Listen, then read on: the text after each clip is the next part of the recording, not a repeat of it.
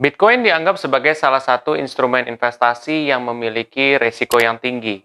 Menurut pendapat gua setuju soal itu. Bahkan kalau kalian lihat sekarang, instrumen Bitcoin atau investasi di Bitcoin rata-rata turun. Memang beberapa hari ini ada perbaikan. Tapi mungkin buat sebagian orang di luar sana yang udah mengalami turun drastis pastinya takut dan khawatir. Nah, di video ini gue akan coba jelasin ke kalian sudut pandang gue kenapa gue masih mau invest di Bitcoin. Buat kamu yang penasaran, tonton video ini sampai habis.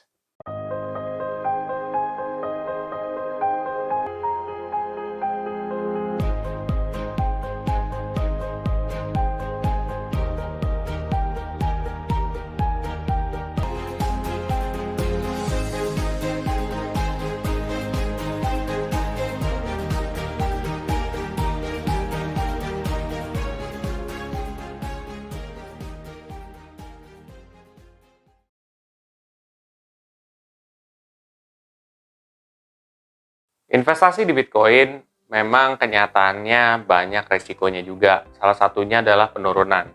Cuman di sini gue akan coba kasih tahu sudut pandang gue soal Bitcoin juga. Kenapa gue masih tetap invest di sini padahal jelas-jelas tuh market sempat crash yang dalam juga. Bahkan untuk gue yang udah investasi dalam jangka panjang aja, kenanya juga lumayan ya. Sempat 24%. Sebenarnya gue mikir ya, kalau kita tarik di masa lalu, ya, kejadian ini ternyata sudah pernah berulang di tahun 2017. Kalau kalian lihat, di 2017, Bitcoin itu sempat nyentuh di harga, sempat 14 juta satu Bitcoin, bahkan tuh waktu peaknya, ya, itu di 200 juta. Dan setelah itu ternyata Bitcoin jatuh, bahkan sampai 50 juta, 40 juta, satu Bitcoin dari 200 juta. Sebenarnya kejadiannya kan hampir sama dengan saat ini. Bitcoin yang udah sempat naik lebih dari 500 juta ya, 700-an, sekitar 800 kalau nggak salah ya. Nah itu tiba-tiba turun drastis banget. Sampai akhirnya udah mulai ada perbaikan lagi. Nah menurut gue, history repeat itself. Jadi kejadian masa lalu terulang lagi nih di saat ini. Dan coba deh bayangin ya, kalau lo tarik secara 5 tahun ya, kalau lo invest 5 tahun lalu ya, pada tahun 2000 sekitar 17 ya, sekarang lo udah dapat keuntungan 4.000%. Kalau lo pikir, 4.000% berarti naik dong setiap tahun dan setiap bulannya atau setiap harinya. Jawabannya enggak. Coba deh kamu perhatiin deh, kurvanya secara detail.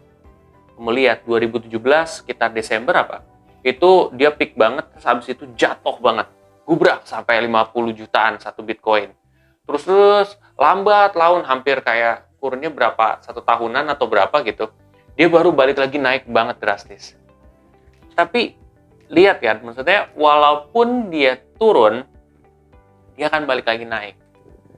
Nah di situ mengubah pola pandang banyak orang di dunia.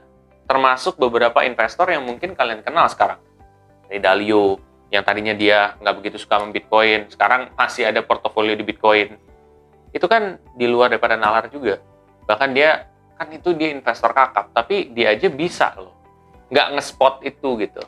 Ya. Kedua, Mark Cuban. Mark Cuban kan juga sempat bilang, gue lebih baik beli pisang dibandingkan beli Bitcoin. Tapi sekarang, dia kan ada portofolio di Bitcoin, di Ethereum. Lambat laun karena kejadian tersebut membuat beberapa orang mengubah pola pikirnya ya, termasuk gue sendiri sebenarnya. Jadi pada dulu juga waktu ini kan Bitcoin tuh sebenarnya udah 2010 2009 ya, itu udah ada kan, bahkan sempat banyak yang kontra sampai akhirnya membuktikan sendiri sejarah bahwa dia memang masih bisa bertahan sampai lebih daripada 10 tahun kan, berarti kalau sekarang udah lebih daripada 10 tahun, sekitar berapa tuh? 10, 11, 12, 13 tahun. Wow. Dan itu bukan perjalanan yang mudah juga untuk kalian ketahui ya. Tapi menariknya ya, bahwa yang tadi gue bilang, bahwa sejarah balik lagi ke sekarang. Apakah dia akan naik lagi? Kita akan coba buktikan aja apakah benar atau enggak. Cuman di sini gue kasih tahu ya, ini sudut pandang gue kenapa menarik. Kalau investasi, secara gue punya pengalaman juga dan ilmunya juga bahwa dia itu nggak selalu sustainable naik. Tapi dia secara jangka panjang, kalau fundamentalnya bagus, dia pasti akan naiknya gede. Ya, tapi jangan lo pikir bahwa dia naik gede itu tanpa ada penurunan loh. Penurunan apa? Ya artinya investasi lo itu turun gitu. Lo investasi juta, tiba-tiba turun jadi misalkan 700.000. Itu maksudnya. Soalnya sempat ada yang nanya juga, itu gimana maksudnya? Itu. Artinya bahwa nggak semulus seperti jalan tol juga. Lo invest, duit lo akan naik juga. Enggak. Makanya kalau misalkan ada yang kayak gitu kan pasti banyak orang yang kaya. Kenyataannya hanya sebagian orang aja kan. Kayak gitu. Ataupun nggak usah kaya lah.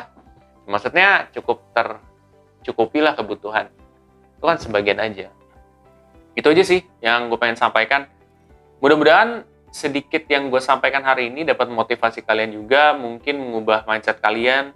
Kalau kalian misalkan nggak terima omongan gue, nggak masalah. Coba aja kaji lagi. Di Google juga ada. Kalian kaji soal Bitcoin ya. Mau dibilang instrumen investasi yang paling aman, menurut gue nggak setuju sih gue. Memang beberapa kali cryptocurrency juga sempat masih bisa dihack.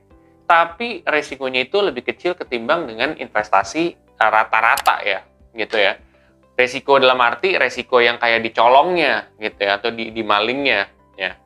Kalau misalkan investasi lain kan masih ada, entah itu salah pencatatan lah, entah apa. Ini resiko untuk kemalingannya lebih kecil. Ada nggak? Ada pasti.